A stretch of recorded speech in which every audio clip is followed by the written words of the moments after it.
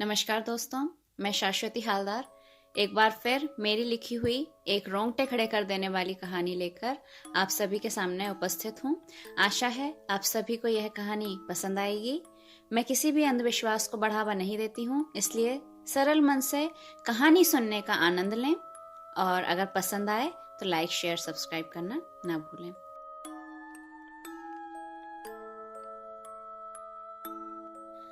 Cimmerian coffee shop की घटना के बाद संभलने में काफी समय लगा। साथ ही लॉकडाउन भी खत्म हो चुका था, कॉलेज खुल गए थे। मैंने पिछली घटना को भूलने के लिए कॉलेज कंटिन्यू किया।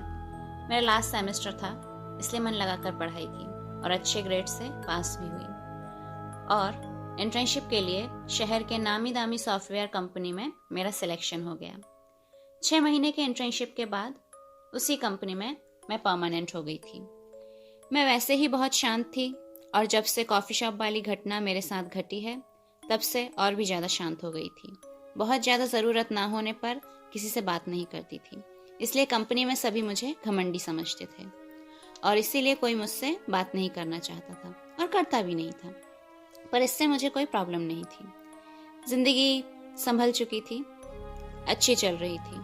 9 to 5 की जॉब, सैटरडे संडे की छुट्टी, महीने में 2 एक्स्ट्रा लीव भी, 13th सैलरी, मजे से दिन कट रहे थे। कुछ पैसे इकट्ठे करके एक कार ले ली थी, उसी से ऑफिस आना जाना होता था। घर चेंज करने की जरूरत नहीं पड़ी थी क्योंकि मैं अकेली रहती थी और वह घर मेरे लिए परफेक्ट था। आप सभी को मेरा नाम तो पता ही होगा।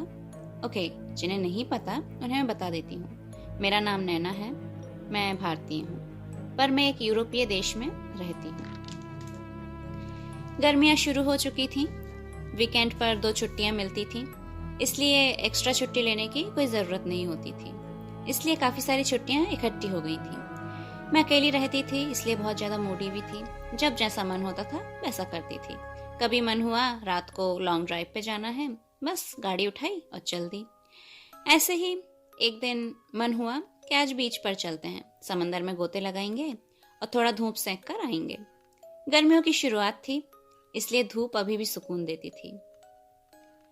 बस सोचने भर की देरी थी। मैंने बैग उठाया, गाड़ी की चाबी ली और चल दी। बीच पर पहुंचते ही मन खुश हो गया। काफी सारे लोग थे। कुछ सनबेड लेकर उस पर लेटे हुए थे, तो कुछ चादर बिछाकर उस पर बैठे हुए थे। कुछ लेटकर किताबें पढ़ रहे थे, तो कुछ बियर के कैन में चुस्कियां लगा रहे थे। बच्चे यहाँ वहाँ अपने मम्मी पापा के साथ खेल रहे थे और कुछ रेत का महल बना रहे थे। और समंदर हवा के साथ प्रतियोगिता करके बड़ी बड़ी लहरें किनारे पर उड़ेल रहा था। देखने में ऐसा लग रहा था कि मानो वह बहुत आक्रोश में हवा को दिखा रहा है, देख मैं भी कम नहीं हूँ। पर बेचारा समंदर। दूर से आती लहरें किनारे पर आकर 1000 टुकड़ों में बिखर जा रही थी। मैं काउंटर पे गई, एक सनबेड और एक छाता बुक किया, बैग रखा और समंदर की ओर चल दी। जब लहरों ने मेरी पैरों को छुआ तो शरीर पर कांटे उठ रहे थे। पानी बहुत ठंडा था, पर अंदर पानी गर्म होता है यह सोचकर आगे बढ़ गई। बहुत देर तक स्विमिंग करके लहरों के साथ मस्ती कर रही थी। तब तक पानी का तापमान भी ठीक महसूस होने लगा था। काफ़ी देर तक यही करती रही। कुछ देर बाद नमकीन पानी के होने के कारण डिहाइड्रेशन होने लगा। बहुत तेज प्यास लग रही थी और थकान भी महसूस कर रही थी, पर फिर भी समंदर छोड़ के किनारे जाने की इच्छा नहीं हुई, इसलिए मैंने फिर से तैरना शुरू किया। मेरा मुंह किनारे की तरफ था, इसलिए मैं देख नहीं पाई कि पीछे से एक बहुत बड़ी सी लहर मेरी ओर ही आ रही है। मैं समंदर के बहुत अंदर की तरफ थी और भी कई लोग थे पानी में, पर किनारे से ज़्यादा दूर नहीं थे। मेरे अनजाने में आई लहर का धक्का मैं नहीं संभाल पाई और नियंत्रण खोकर मैं पानी में गिर गई। लहर के खिंचाव के साथ मैं समंदर के अंदर की ओर जाने लगी। मेरे पैर के नीचे रेत नहीं थी। मैं नीचे की ओर जाने लगी। पानी मेरे नाक और मुंह से अंदर जाने लगा। पानी के अंदर होने के कारण मैं चीख भी नहीं पा रही थी। नमकीन पानी मेरे आँखों में जा रहा था और आँखों में ऐसी जलन हो रही थी कि मानो आँखें निकलकर मेरे हाथों में आ जाएंगी। काफ़ी देर तक हाथ पैर फेंकने के बाद भी मैं ऊपर नहीं आ पा रही थी। आंखों के आगे घना अंधेरा छाने लगा और मन में आखिरी बात यही थी कि आज मेरी जल समाधि बनना तय है। कितने देर बाद पता नहीं, जब मेरी आंखें खुली तो मैं किनारे पर उल्टी लेटी हुई थी और कोई मेरे पीठ दबाकर मेरे पेट से पानी निकाल रहा था। मेरी आंखें खुलते ही मैं उठकर बैठ गई और देखा आजू बाजू 7-8 लोग और एक लाइफ गार्ड मेरे पास बैठे हुए हैं और वही मेरे पेट से पानी निकाल रहा था। मुझे उठकर बैठते ही सभी सम्मिलित स्वर में पूछने लगे, Are you okay? Or you want to go hospital? Don't worry, I'm fine, thank you. Please आप सभी एंजॉय करिए। इतना कहते ही सभी अपनी अपनी जगह लौट गए, सिवाय लाइफ गार्ड के। वह मेरी तरफ देख रहा था। सबके जाने के बाद वह बोला, मैडम, आप ठीक तो है ना? मैं मुस्कुराकर उसे आश्वस्त करते हुए बोली, हाँ मेरे दोस्त, मैं ठीक हूँ, तुम चिंता ना करो। वह फिर भी प्रश्न भरी निगाहें लेकर बोला, मैडम, आज समंदर भूखा है। आप देख नहीं रही कितनी बड़ी बड़ी लहरें आ रही हैं? फिर आप इतने अंदर क्यों गई? मैं थोड़ी देर शांत रहकर उसकी बात समझने की कोशिश की और बोली, समंदर भूखा है मतलब?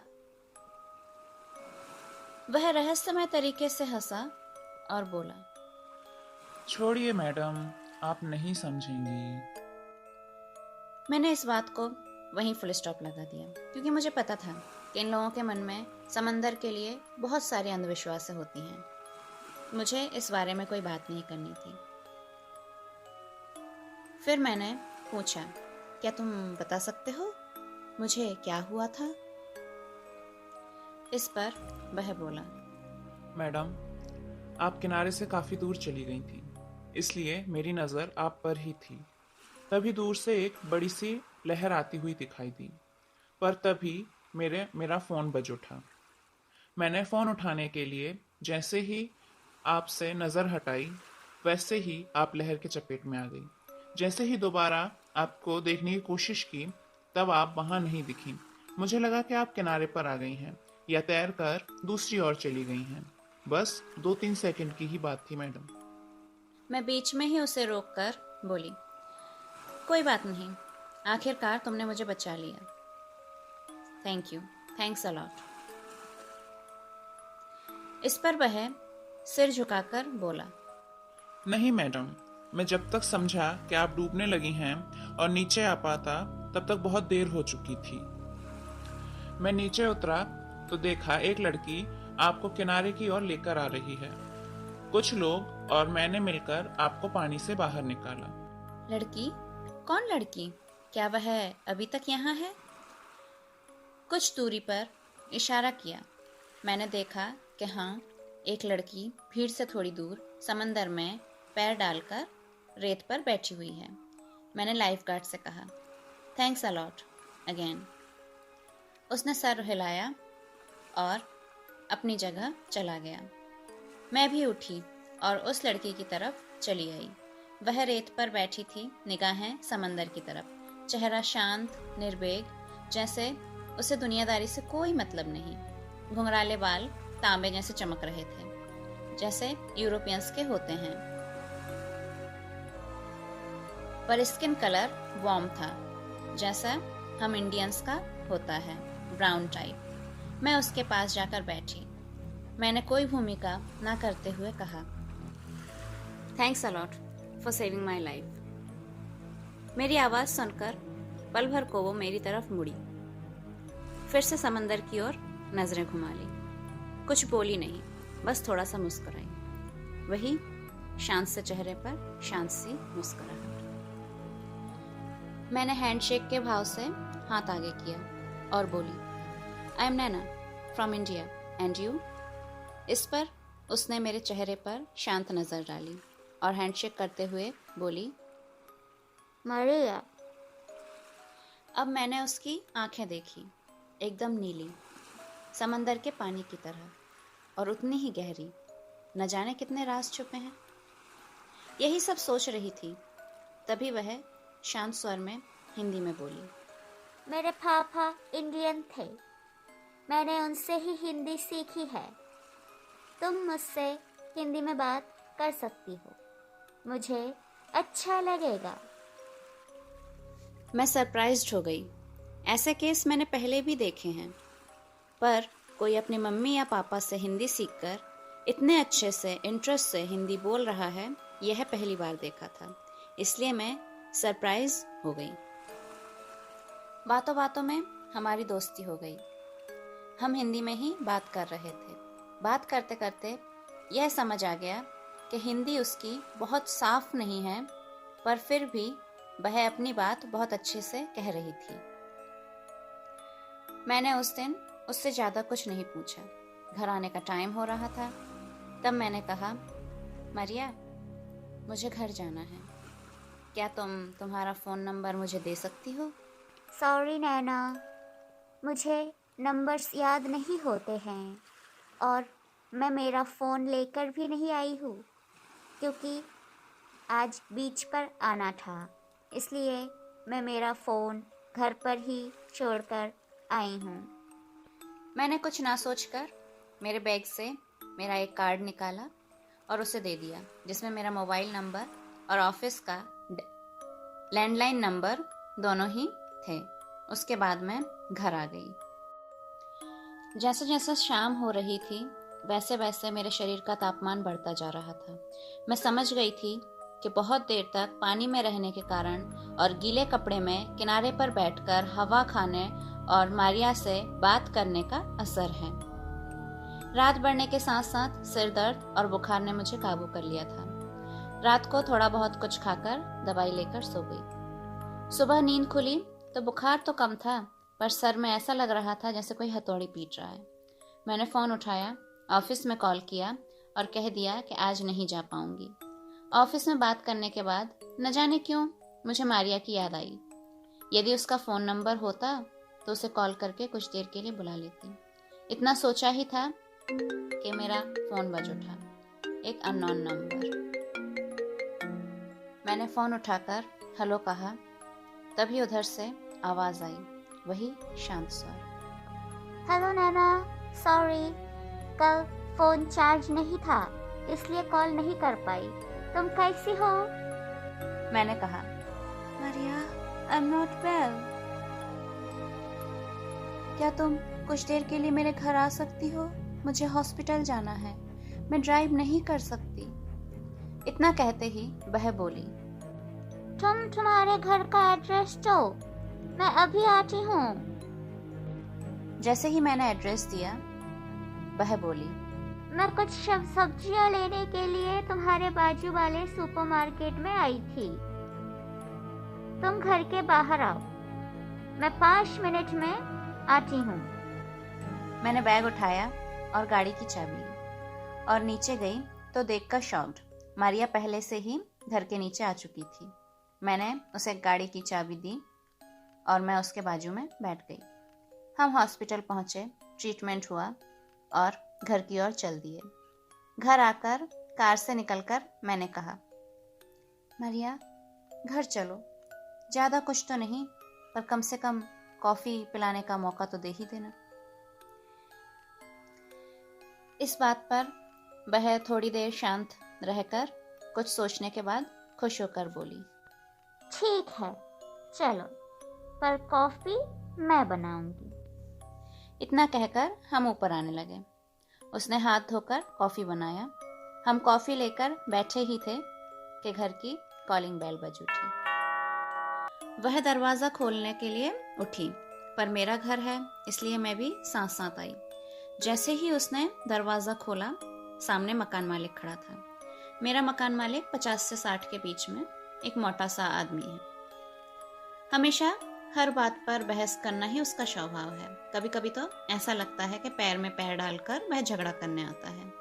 इस समय उसका चेहरा टमाटर जैसा लाल हो रखा था। उसका नाम जो भी हो, सभी उसे जैक कहकर पुकारते थे, तो मैं भी उसे मिस्टर जैक कहकर ही बात करती थी। मैंने जैसे ही उसे देखा वैसे ही मेरे सीने में नगाड़ों की आवाज़ आने लगी। मैं समझ गई थी कि वह यहाँ क्यों आया है।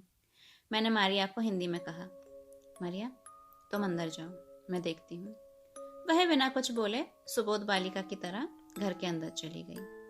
मैंने मकान मालिक से दृढ़ स्वर में कहा, यस मिस्टर जैक, कहिए कैसा आना हुआ?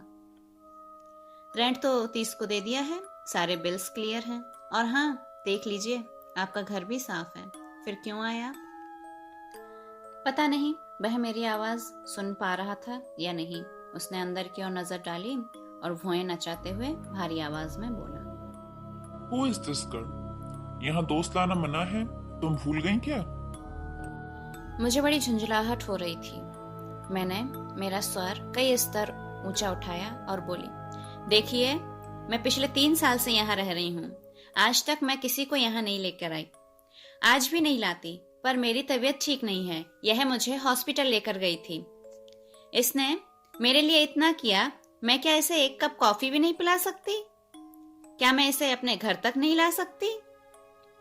मेरी ऊंची आवाज सुन के मारिया अंदर से पानी भरा ग्लास लाकर मुझे दिया और बोली, नैना माय डियर, तुम पानी पियो, मैं इनसे बात करती हूँ। उसके बाद जो हुआ मैं उसे देखकर हंसूं या रोऊं सब भूल गई। मारिया का दिया पानी का 1-2 घूंट मैंने लिया और सुना कि मारिया उनकी भाषा में मिस्टर जैक से बात कर रही है।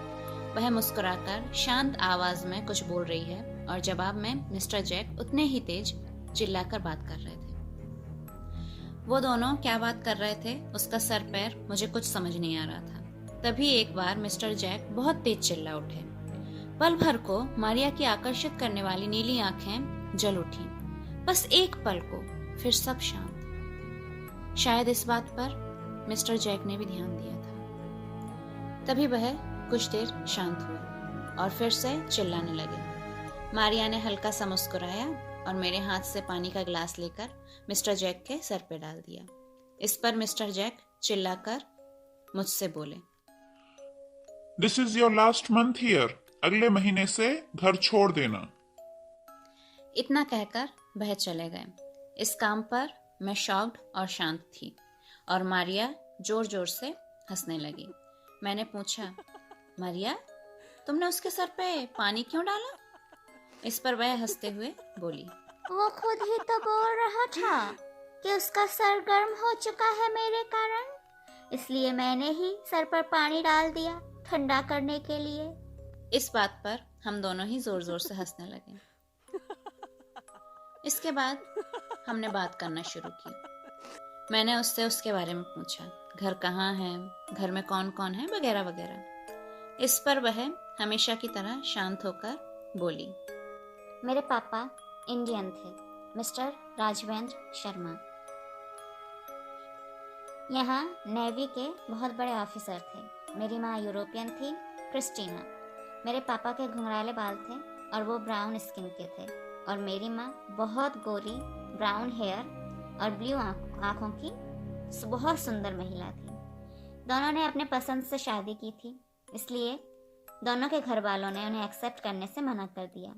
पापा का बनाया एक घर था, पर वह शहर से बहुत दूर था, वीरान जगह पर। और यहाँ मेरे माँ के 18वें जन्मदिन पर मेरे नाना जी ने उन्हें एक घर गिफ्ट किया था। शादी के बाद दोनों ने तय किया कि वह मेरे माँ के घर में रहेंगे। They were the best couple in the world. शादी के बाद मेरा भाई हुआ 2 साल बाद, पर माँ पापा की दिली तमन्ना थी कि एक बेटी हो। पर मेरे भाई को भी वो कम प्यार नहीं करते थे और ना ही किसी चीज़ की कमी होने देते थे। मेरे भाई के होने के 4 साल बाद मैं पैदा हुई।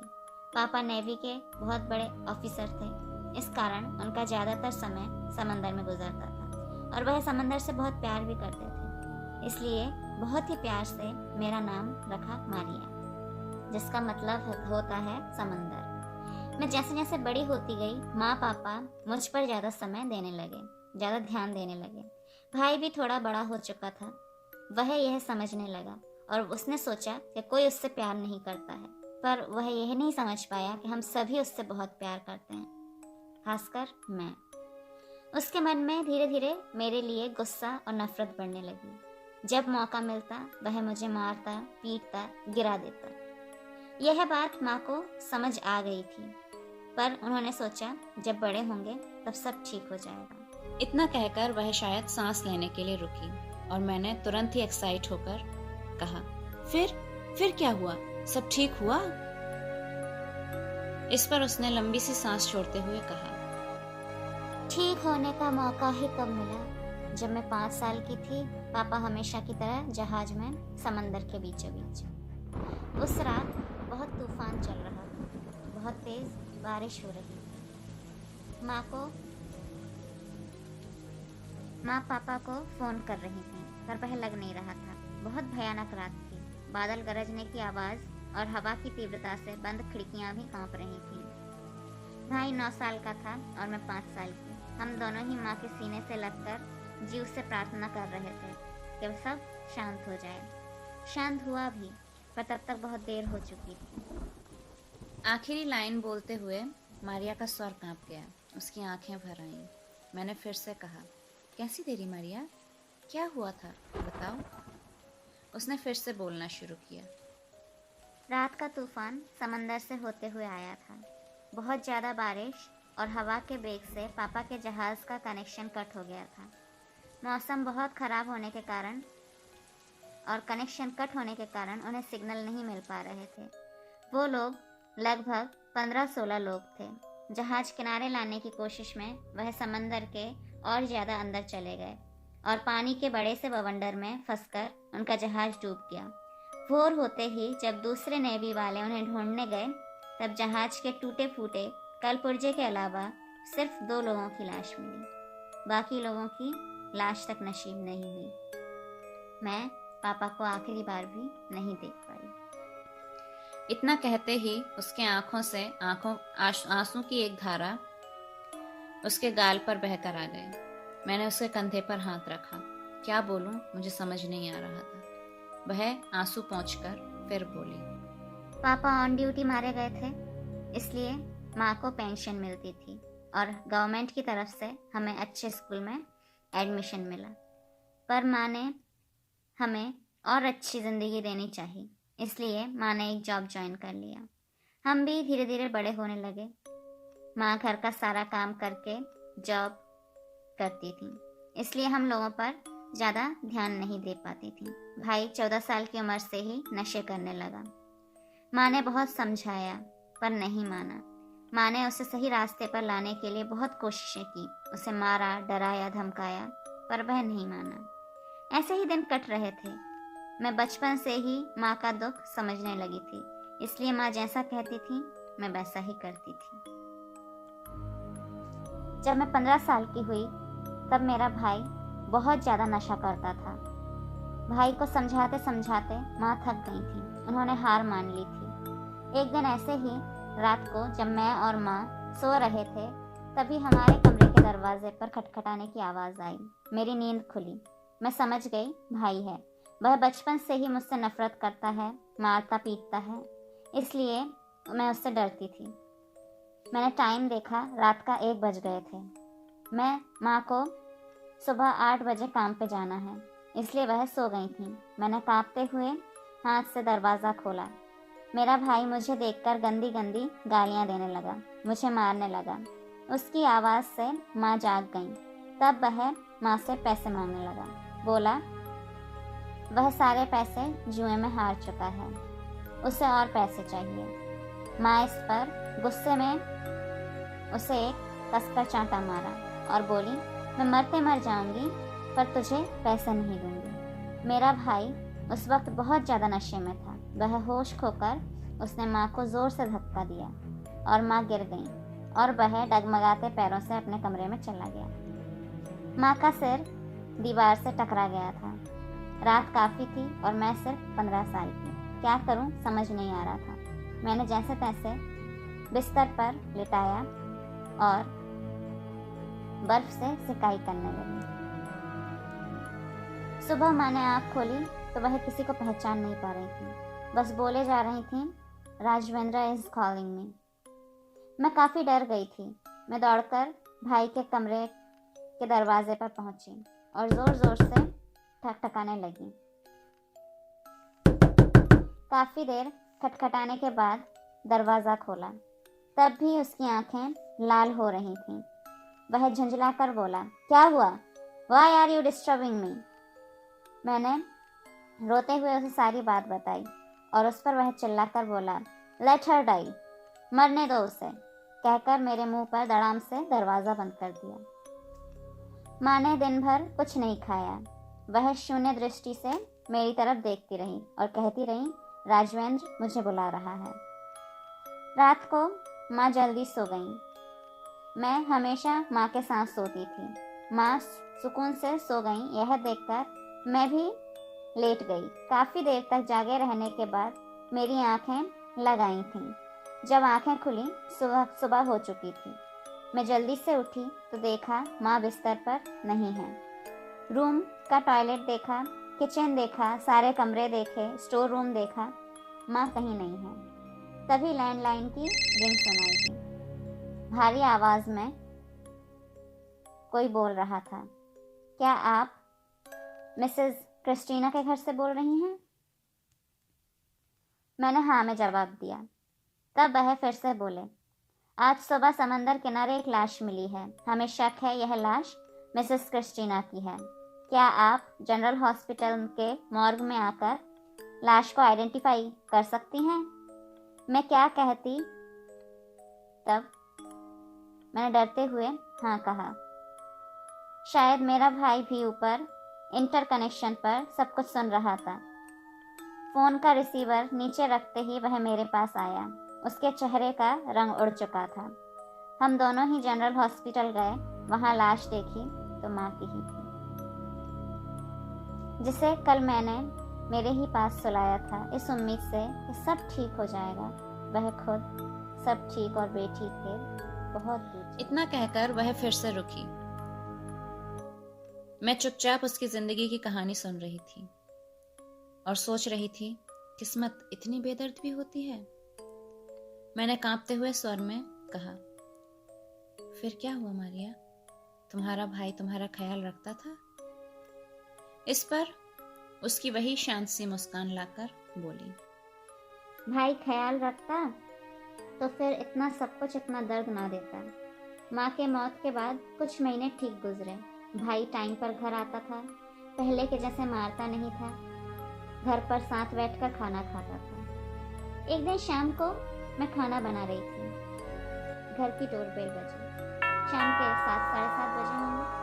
मैंने दरवाज़ा खोला तो भाई, उसके साथ एक लड़का और एक लड़की थी। मैं देखकर चौंक गई, क्योंकि भाई आज तक जो कुछ भी करता आया है वह घर से बाहर ही करता था। कभी भी किसी को घर पर नहीं लेकर आया, पर आज पहली बार वो दोस्तों को घर पर लेकर आया। आते ही तीनों ने ड्राइंग रूम के सोफे पर कब्जा कर लिया। वह लड़की मेरे भाई से एकदम चिपक कर बैठी थी और लड़का अलग एक सोफे पर। भाई ने खाने के बारे में पूछा और सलाद बनाने को कहा। मैं सलाद की कटोरी बाहर रखने गई तो दूसरा लड़का मेरे से बोला वहां पर बैठने का। भाई ने भी उसके हाँ के साथ हाँ मिलाया। मैं बैठ गई। उन्होंने शराब की बोतल खोली और पीने लगे। उस लड़के ने एक गिलास मेरी तरफ भी बढ़ाया, पर मैंने मना कर दिया। बहुत जोर जबरदस्ती करने के बाद भी मैं अपने जिद पर अड़ी रही। वह कुछ देर बाद उसने हार मान ली। रात तब 12 साढ़े 12 हो रहे होंगे। तब मेरा भाई और वह लड़की पूरी तरीके से नशे में धुत थे। जैसे तैसे दोनों एक दूसरे का सहारा लेकर भाई के कमरे में चले गए। मैं भी बर्तन समेट के किचन में आ गई। कभी कभी भाई के कमरे से दोनों की आवाज़ और हंसी सुनाई पड़ रही थी। तभी अचानक वह दूसरा लड़का किचन में मेरे पास आकर खड़ा हो गया। मुझे बहुत घबराहट हो रही थी। पता नहीं क्यों भाई इसे क्यों साथ में लेके आया है। मैंने आखिरकार उसे पूछ ही लिया, क्या आप यहीं रुकेंगे? तो वह हंसकर बोला, हाँ, मेरी बहन तुम्हारे भाई के कमरे में है, तो मैं भी यहीं रुकूंगा। मैंने कहा, ठीक है, मैं गेस्ट रूम तैयार कर देती हूँ। इस पर वह हंसकर बोला, यदि मेरी बहन तुम्हारे भाई के कमरे में रह सकती है तो मैं तुम्हारे कमरे में क्यों नहीं। इतना कहकर ही वह मुझ पर झपट पड़ा। उसने मुझे शिकारी से शेर की तरह जकड़ लिया। मैं हिल भी नहीं पा रही थी और ना ही मैं सांस ले पा रही थी। मैं उसके नाकपास से निकलने के लिए असफल कोशिश कर रही थी। तभी मेरे हाथ में भारी सा कुछ आया। मैंने समय ना गवाते हुए उसके सर पर दे मारा। वह पल भर को बेशमाल हुआ और मैंने भागकर अपने कमरे में जाकर दरवाज़ा बंद कर लिया। कुछ देर तक वह दरवाज़ा धक्काता रहा पर मैंने दरवाज़ा नहीं खोला। कुछ देर बाद सब शांत हो गया। डर के मारे मैंने रात भर 2 पलकें एक ना की। सुबह होते ही भाई दरवाजे के बाहर चिल्ला रहा था और दरवाज़ा खटखटा रहा था। मैंने डरते हुए दरवाज़ा खोला। वह गुस्से से आग बबूला हो रहा था। उसकी आंखें और चेहरा लाल पड़ रहा था। मेरे दरवाज़ा खोलते ही वह जोर से उसने मुझे एक चांटा मारा और बोला, तू जिंदगी भर माँ के साथ सोती रहेगी क्या? माँ तो मर चुकी है। हाँ, अब मैं जिससे कहूँगा उसके साथ तुझे सोना पड़ेगा। मैं यह सब सुनकर शॉक्ड थी। वह बोलता रहा, इसने मुझे 500 यूरो दिए हैं तेरे साथ 2 दिन बिताने के लिए। अचानक उसका स्वर बदला और प्यार से बोला, देख बहना, तू तो सबका ख्याल रखती है, सबकी बात सुनती है, मेरी यह बात मान ले।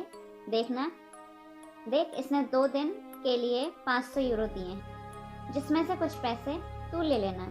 बात मान ले, बहुत अच्छी जिंदगी होगी। मैंने गुस्से और दुख से कहा, थू है तुम पर, कैसे भाई हो जो बहन को बेचकर अय्याशी करने का सोचता है? भाई बहन की इज्जत बचाता है, बेचता नहीं। वह इतना कहकर फिर से रुक गई। मैंने धीरे से पूछा, भाई ऐसा कर सकता है क्या? वह पहले की तरह मुस्कुराई और बोली, बचपन से ही उसे लगता था माँ पापा मुझसे प्यार करते हैं, उससे नहीं। इसीलिए उसके मन में बहुत ज़्यादा गुस्सा और नफरत थी। बस उसी में अंधा होकर और नशे में धुत होकर वह यह सब कर बैठा। इतना कहकर उसने टाइम देखा और बोली, Naina, I have to leave now. आगे की बात बाद में कभी। यह कहकर मेरे माथे को चूमकर वह चली गई।